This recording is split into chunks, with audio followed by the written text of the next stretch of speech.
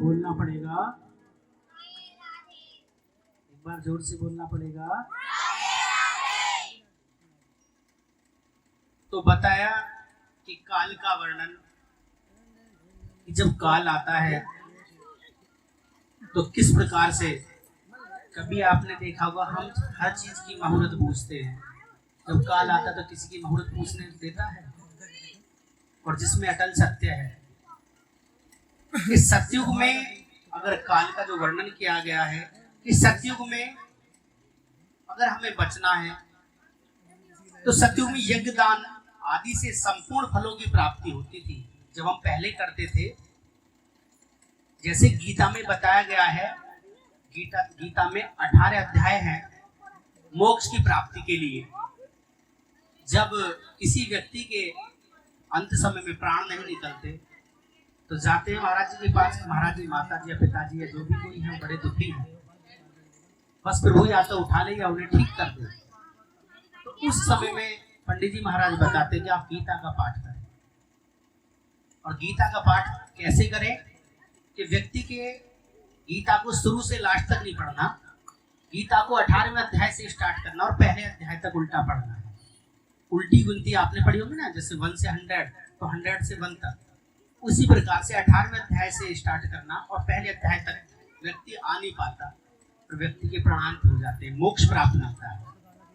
उसी प्रकार से श्री कृष्ण भगवान ने अर्जुन से केवल 4 बातों में गीता को कहा है। गीता का जो सार है आप 18 अध्याय केवल 4 बातों में आज से बांध लेना। उन्होंने कहा कि अर्जुन, यश चाहे तो यज्ञ कर। जैसे यहाँ बताया सतयुग में यज्ञदान आदि करने से समस्त फलों की प्राप्ति होती है, ऐसे ही त्रेता में तिहाई, द्वापर में आधा और कलयुग में इससे कम फल प्राप्त होता है। इस प्रकार से कि अर्जुन, यश चाहे तो यज्ञ कर, राजा बने तप कर। तप कैसा? राम जैसा तपस्वी बन। राम भेष बदल कर देखते थे कि मेरे राजपाट में होने से किसी का कोई दुख तो नहीं है। आज ऐसा नहीं, राजा बने तो तप कर, धन चाहे तो दान कर। दान कैसा? करण जैसा दानी। करण रोज शिला पे बैठ के 1.25 मन सोना एक जगह पड़ती है, आज आपने सुना होगा डिस्ट्रिक्ट बुलंदशहर करणवास, वहां पे रोज डेली 1.25 मन सोना दान करते थे। जब कोष में सब कुछ खत्म हो गया, विश्वामित्र जी बोले, प्रभु अभी तो आप स्वप्न में।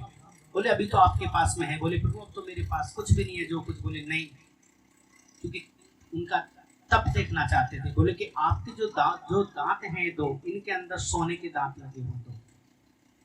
गदा से मारा दे दिया। बोले मैं यहीं तक देखना चाहता था कि आप कहां तक तप कर जा सकते हो। यश चाहे तो यज्ञ कर, राजा बने तप कर, धन चाहे तो दान कर, और मुक्ति, अगर मुक्ति चाहे तो इस परमपिता परमेश्वर का भजन कर। आपके अपने किए कर्म आपके साथ जाएंगे।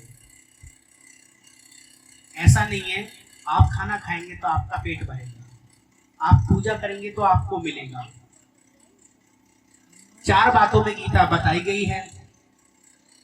पूजन और फल देना होता है, इससे 10 गुना फल।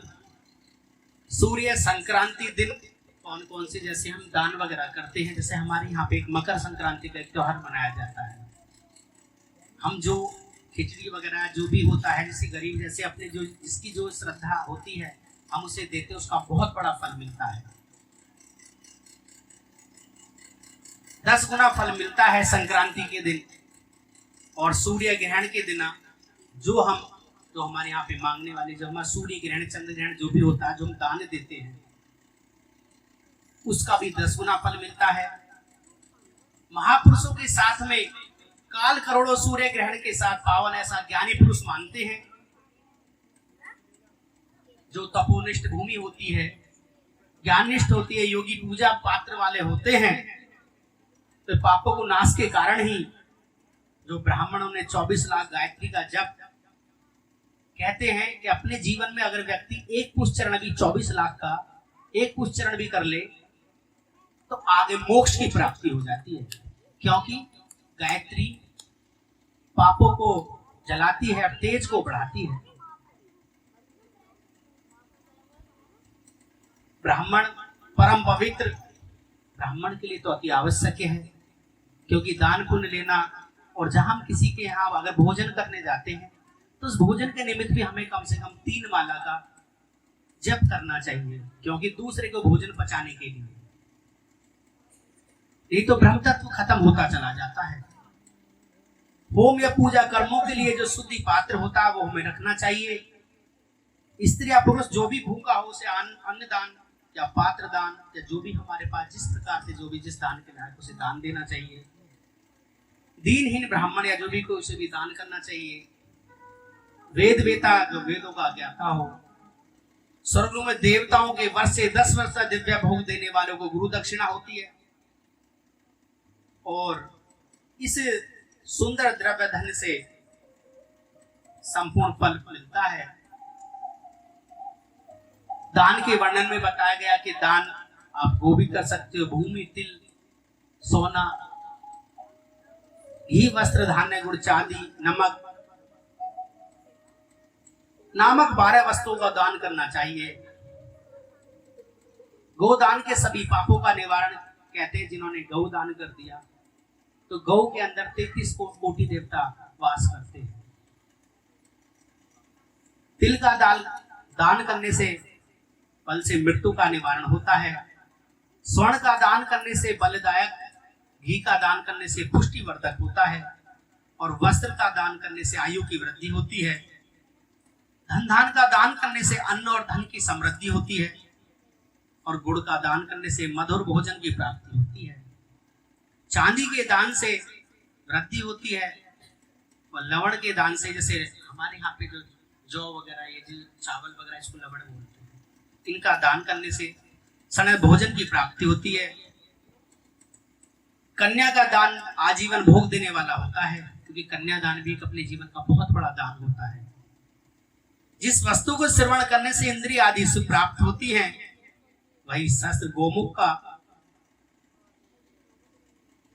कहते हैं कि गुरु पत्नी, जो व्यक्ति गुरु पत्नी का भोग करता है, जो अपने गुरु होते हैं, आजकल करने के बाद में आज देखें आपने, व्यक्ति पता ना किस मन से किस चरित्र से व्यक्ति के साथ बैठता है, उसे कभी भी जीवन में मोक्ष की प्राप्ति नहीं होती। तपस्या दान मनुष्य को सदा करनी चाहिए। इस लोक का लोक परलोक उत्तम लोक को प्राप्त होता है, और बुद्धिजीवी मनुष्य सब कुछ समर्पित कर देते हैं। यही मोक्ष का एक प्राप्त है। बोलो शंकर भगवान की।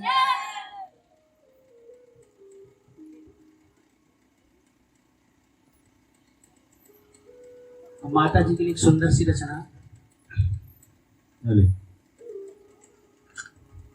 कहते हैं जब आए तो आनंद में, जो जीवन है उसे उस दिन के लिए जी लो।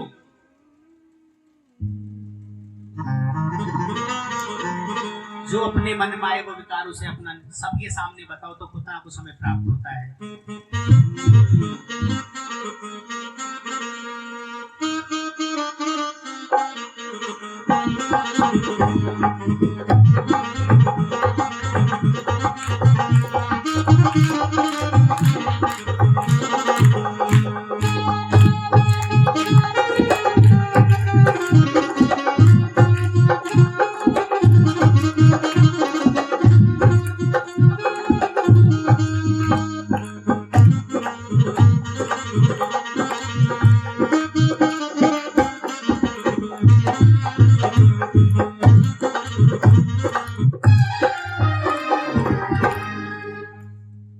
जैसे आपने देखा कि दान की वृत्ति भी अलग है।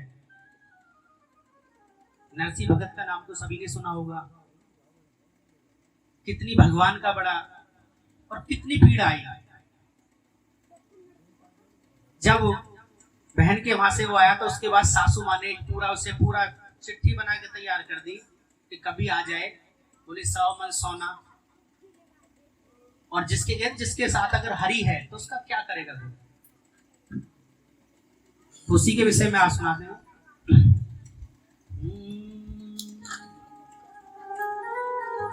जिसको सावरिया सेठ पे विश्वास है सबका पूर्ण करता है। ओ दिल्ली मेरो ले गयो सावरिया, ओढ़ के काली कांवरिया। ओ मेरो दिल ले गयो सावरिया, ओढ़ के काली कांवरिया। मेरो ले गयो सावरिया, ओढ़ के काली कांवरिया। राधे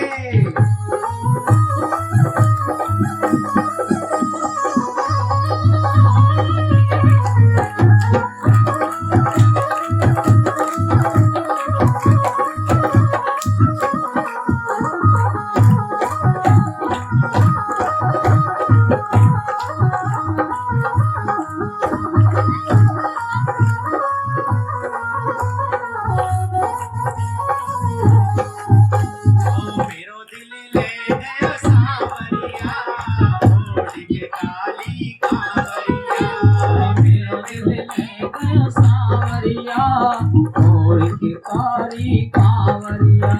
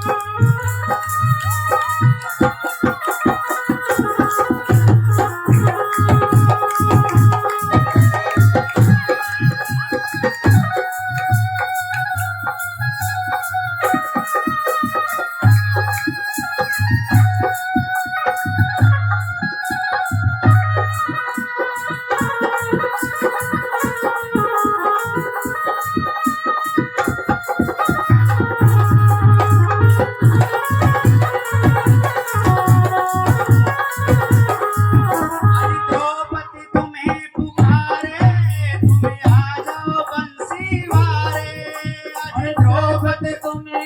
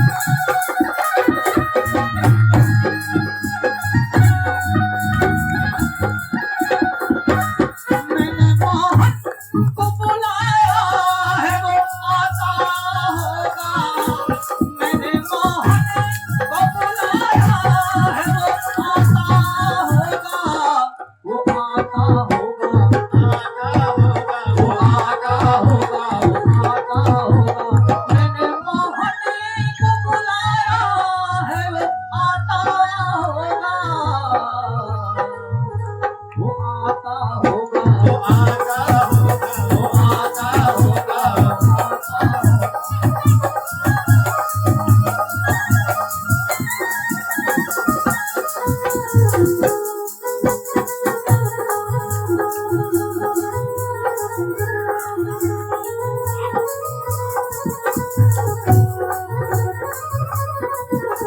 दीपक तुम्हें पुकारे, तुम्हें आ जाओ बंसी वारे। आज दीपक तुम्हें पुकारे, तुम्हें आ जाओ बंसी वारे। दीपक तुम्हें पुकारे, तुम्हें आ जाओ मुरली वारे। आज दीपक तुम्हें पुकारे, तुम्हें आ जाओ मुरली वारे। मेरा मान बड़ा जा सांवरिया, ओढ़ के गाली कांवरिया। मेरा मान बड़ा जा सांवरिया, ओढ़ के काले कांवरिया। मेरो दिल ले गया सांवरिया, ओढ़ के गाली कांवरिया। अरे मेरो दिल ले गया सांवरिया, ओढ़ के काली कांवरिया। बोलना पड़ेगा, एक बार जोर से बोलना पड़ेगा। तो जप योग, जैसे कि बताया गया कथा में, जो हम जप वगैरह कराते हैं, इसका हमारा क्या होता है। अब मैं तुम्हें उस जप योग का वर्णन बताता हूँ। सर्वप्रथम मनुष्य को अपने जो मन है वो पहले सात्विक को बड़ा शुद्ध रखना चाहिए। जैसे मैंने पहले बताया कि आपने अगर किसी को संकल्प दे दिया तो वो कार्य आपका पूर्ण हो गया। संकल्प का मतलब क्या है कि हमें प्रतिज्ञा करना है। उसी प्रकार से हमें पंचाक्षी मंत्र, भगवान शंकर का सबसे बड़ा मंत्र है पंचाक्षी, ओम नमः शिवाय। किस प्रकार से ओम नमः शिवाय का जाप करेंगे सभी? ओम नमः शिवाय। अपनी जिज्ञा को सभी इसी प्रकार से, यही पंचाक्षी मंत्र है। इसका जाप ओमकार का जाप करना चाहिए। गुरु के मुख से पंचाक्षी मंत्र का उपदेश कृष्ण पक्ष की तृतीया से लेकर चतुर्दशी के साधक बार बार प्रतिदिन इस मंत्र का जाप करना चाहिए। इंद्रियों को वश में रखकर माता पिता की सेवा करनी चाहिए। सर्वप्रथम हमारे जो गुरु हैं माता पिता हैं, उनकी हमें सेवा करनी चाहिए। और नियम सहस्त्रार्थ पंचाक्षी मंत्र का जाप करना चाहिए। जप योग शुद्ध होना चाहिए। हम जो भी मंत्र का जाप करें बड़ी तसल्ली से करें। जब आप इसे करते हैं ओम नमः शिवाय, तो ओम नमः शिवाय, जब इसे बार बार करते तो ओम खत्म हो जाता और नमः शिवाय का ही जाप रहता है। आप करके देखें आप। तो हमें जो भी मंत्र का जो उच्चारण, जो जाप करना, बड़ा शुद्ध करना चाहिए। जप काल से शिव जी कल्याण स्वरूप से ध्यान से भगवान शिव कमल के आसन पर विराजमान, उनका मस्तक गंगा जी और चंद्रमा की कला से सुशोभित है। भगवती उमा विराजमान है और शिवगण जो बड़े खड़े हुए हैं, देख रहे हैं और निहार रहे हैं। मन में सदाशिव का बारंबार स्मरण करने से सूर्य मंडल से पहले सदाशिव का बारंबार स्मरण करना चाहिए। कर्म, माया और ज्ञान का तात्पर्य, माँ का अर्थ है लक्ष्मी, और कर्म भोग प्राप्ति होती है, उसी की माया का कर्म माया कहलाती है। इससे ज्ञान भक्ति मार्ग से जो भी भोग नश्वर भोग से जीव सत्काम के अनुसार करता है, विभिन्न योनियों में घूम के चक्कर काटता है। बिंदु पूजा करने से उसके नीचे लोगों का घूमते हुए निष्काम भाव से शिवलिंग की पूजा करता है। पूजा करने के ऊपर के लोक में जाते हुए नीच कर्म वाले लोग सांसारिक जीव में रह जाते हैं। ऊपर ज्ञान से जिनसे मुक्त पुरुष होते हैं, आध्यात्मिक उपासना करते हैं, वही शिव लोक का वर्णन कर पाते हैं। शिव की भक्ति जैसे कि बताया गया, शिव की भक्ति सबसे आसान है।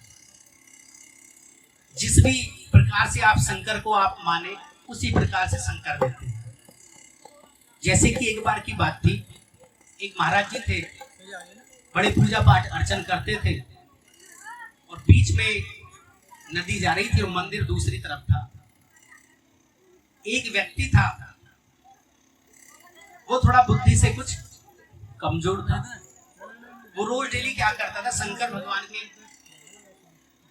2-3 डंडे मार के आया करता था। और जो महाराज जी थे वो भजन पूजा पाठ करते थे, बड़े बड़े क्रोधित थे, बड़े बताओ भगवान जी को आता ऊपर चढ़ता है डंडे मारता है। एक दिन क्या हुआ, किसी कारणवश उस नदी में बाढ़ आ गई। बाढ़ आने के बाद में जो ज्ञानी पुरुष थे, बैठे भाई, जो ज्ञानी पुरुष थे उन्होंने क्या करा, उन्होंने दूर से ही नदी को पार न करते हो कि मैं डूब जाऊंगा, और उन्होंने वहीं से प्रभु को नमन कर लिया। जो व्यक्ति था जो बुद्धि से थोड़ा कमजोर था, बोला अगर आज नहीं मारा तो बस ये लगा लो आज के दिन अगर नहीं मारा भगवान को तो जो है दिक्कत हो जाएगी। उसने अपनी जान की परवाह न करते हुए नदी में गया और जाने के बाद तीन भगवान जी बोले तथास्तु बच्चा मांग जो कुछ मांगना है।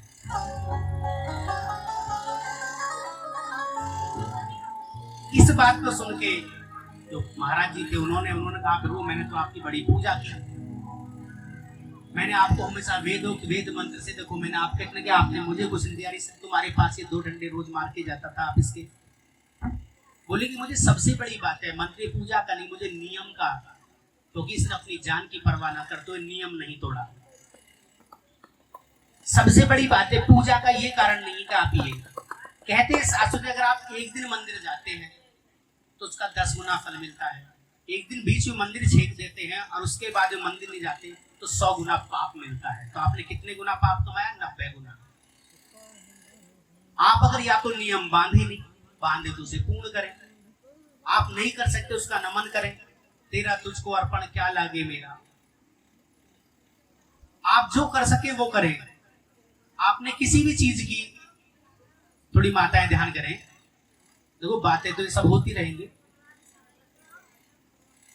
सबसे बड़ी बात आपको नियम नहीं तोड़ना है। आपको कहीं देवालय देव प्रति कोई भी दान देना उसका बखान नहीं करना है। आप कहेंगे बोले सारे काम किसी को अपने विषय में नहीं बताना है, आप केवल अपना उसको उतने ही विषय में बताएं जो आपके जैसी हो। अगर हम ज्ञान की बात अज्ञानी के विषय में बताएंगे तो वो लोग हमें दाब देंगे, तू तो बहुत बड़ी पंडितानी बन गई है, तू तो 4 दिन से ही होगी, तू तो बहुत बड़ी कृपा वाली है, तू तो मतलब समाज है। आपको लग रहा है कि ये आप बोलना बंद कर दो। आपने क्षण मात्र कोई भी क्रोध आता है, आपको लगा क्रोध आ गया तो आप वहां से उस जगह को थोड़ा सा वहां से अलग निकल जाओ, क्षण मात्र के क्रोध निकल जाएगा, उसके बाद ये सब कुछ ऐसे ही होगा। आप किसी भी चीज का कहीं कहते हैं कि बोले हम ये काम करेंगे, ये चीज है, आप उसका जो मन में संकल्प लेते हैं कि मुझे दर्शन करने हैं तो संकल्प पूर्ण कर दो। आप उन चीजों को क्या करें, दैवीय शक्ति ना बनाए। पहले वो चीजें सतनाड़ी कथा में क्या सीखा आपने कि एक समय नेमी सारण तीर्थ था, सोना का आदि 88,000 से सूत जी से पूछा कि हे प्रभु इस कलयुग में वेद विद्या रहित मनुष्य को प्रभु भक्ति किस प्रकार मिलेगी तथा उनका उद्धार कैसे होगा। मुनि श्रेष्ठ हमें बतलाइए थोड़े से प्रयत्न से कैसे इनके दुख दूर हो सकते हैं। भगवान जी से पूछ तो सब कुछ लिया, बाकी करा क्या? कुछ नहीं। कि अब ये होगा तो जब करेंगे, जब इसकी बिटिया आ जाएगी तो अब इसकी शादी पे करेंगे, भगवान क्रोधित हो गए, श्राप दिया तो तुम्हें दारुण दुख प्राप्त होगा। हम बार बार करते नहीं कि 10 का कर लिया, 11 का करेंगे, 31 करेंगे, वो सब करके पाप बन जाता है, पुण्य पाप में बदल जाता है। हम चले तो थे पुण्य करने के लिए, पुण्य किसमें बदल गया? पाप में। तो हमें वो पाप कर्म नहीं करना। यही भक्ति का साक्षात उपाय बता गया, बंधन और मोक्ष का विवेचन। अगर हम परमपिता परमेश्वर की हम पूजा ये सब काम करते तो उसके बाद में सब बंधन हमारे छूट जाते हैं। पूजा का भेद कहते हैं कि पार्थिव महेश्वर महिमा से जो वर्णन करने से जो फल मिलता है उसमें मतभेद या कोई भी किसी प्रकार का कोई भेद नहीं होता। पूजा जिसमें कहते हैं, अब बात आती है बोले महाराज जी हमें तो वेद मंत्र या कोई भी चीज नहीं है, तो उसके लिए बड़ा सूक्ष्म मंत्र सभी माता याद कर ले। आप भी याद कर लो अम्मा। हाँ मेरी माता पीले सूट वाली, वही जगह मिलेगी जब मोक्ष में जाओगी ना, तो वही मिलेंगे, देख लेना मैंने जो बताया थोड़ी देर पहले, साफ बता रहा हूँ आपको। कथा में आके कथा नहीं सुनना, 10 गुना पाप लगता है। इससे तो घर में रहती तो बुढ़े का ही पाप लगता। समझ नहीं? यहाँ तक आई भी और समय भी दिया है, कपड़े बदले, आज 20 रुपए प्रेस के भी कम से कम लगे होंगे, इतना खर्चा भी किया, फिर भी उसके बाद में चलो, तो सबसे बड़ी बात है, मैंने क्या बताया, कथा सुनो बड़ा आनंद आया।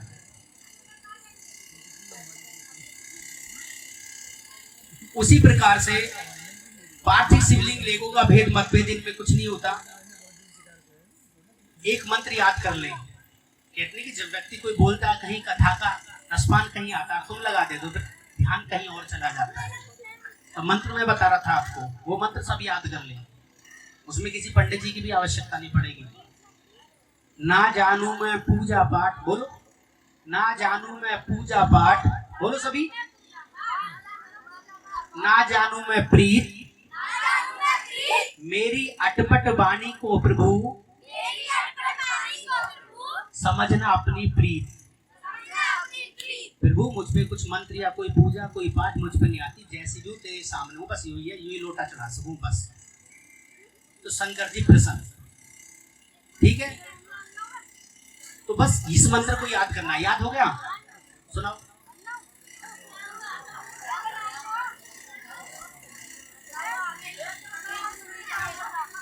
चलो कोई बात नहीं, पूछ लेना, मैं लिख के दे दूंगा, ठीक है। ऐसी पार्थिव पूजन की पूजन विधि, जैसे हम शिवालय में जहां भी कहीं जाते रुद्राभिषेक कराते हैं, तो वहां शिव के ऊपर रुद्राभिषेक किया जाता है। यहाँ पे भी दैनिक रुद्राभिषेक होता है, कोई भी कर सकता है, कोई भी यजमान बन सकता है। अपना एक दिन पहले महाराज जी को नाम लिखवा देना कि हम रुद्राभिषेक कराना चाहते हैं। रुद्राभिषेक में सामग्री महाराज जी बता देंगे, आप आके यहाँ सुबह रुद्राभिषेक करें और यहाँ से जो उसका पार्थिव जो उसका जल मिलता है, सबको जितने लोग होते हैं उस समय आप अपने घर में डिब्बी में भर के उस जल को ले जाएं, जहाँ पशु वगैरह उन पे या धन लक्ष्मी अपने पूरे घर में समस्त वो करें, समस्त जो कुछ हवा बयान हवा भूत होगा वो भी खत्म, क्योंकि शिव तो खुद अवगढ़धानी है। तो उसी प्रकार से आपको सब कुछ दूर हो जाएगा। आप यहाँ महाराज जी से लिखा भी सकते हैं। शिवलिंग की जो संख्या है, पार्थिव लिंगों की पूजा करने के यज्ञों का फल मिलता है। कलयुग में शिव की पूजा करने से मनुष्य श्रेष्ठ भोग मोक्ष से शास्त्रों का निश्चय ही। शिवलिंग 3 प्रकार के होते हैं, उत्तम, मध्य और अधम। 4 अंगुल छोटा जो शिवलिंग होता है वो हमारा 4 अंगुल का, जिसको हम प्रतिष्ठित नहीं करते, वो होना चाहिए। प्रतिष्ठा वाला हमारा 12 अंगुल से ऊपर का, मतलब 1 फुट से ऊपर का जो शिवलिंग जो भी कोई होता है उसकी स्थापना। एक कभी भी कोई भी माताएं अपने घर पे शिवलिंग ना रखें, शिव की पूजा कर सकते हैं, शिवलिंग हमें घर पे नहीं। अभी क्या करती है, गमला लिया, तुलसी जी रखी, एक छोटे शिवलिंग ला के रख दिए चीनी मिट्टी के, उसी पे जल चढ़ा दे। बोले महाराज मेरे उसकी जाना ना होता, तो जाना जरूर थोड़ी, शिवलिंग पे ही जल चढ़ाओ, तुलसी जी को जल दे दो, भगवान जी का नाम ले लो।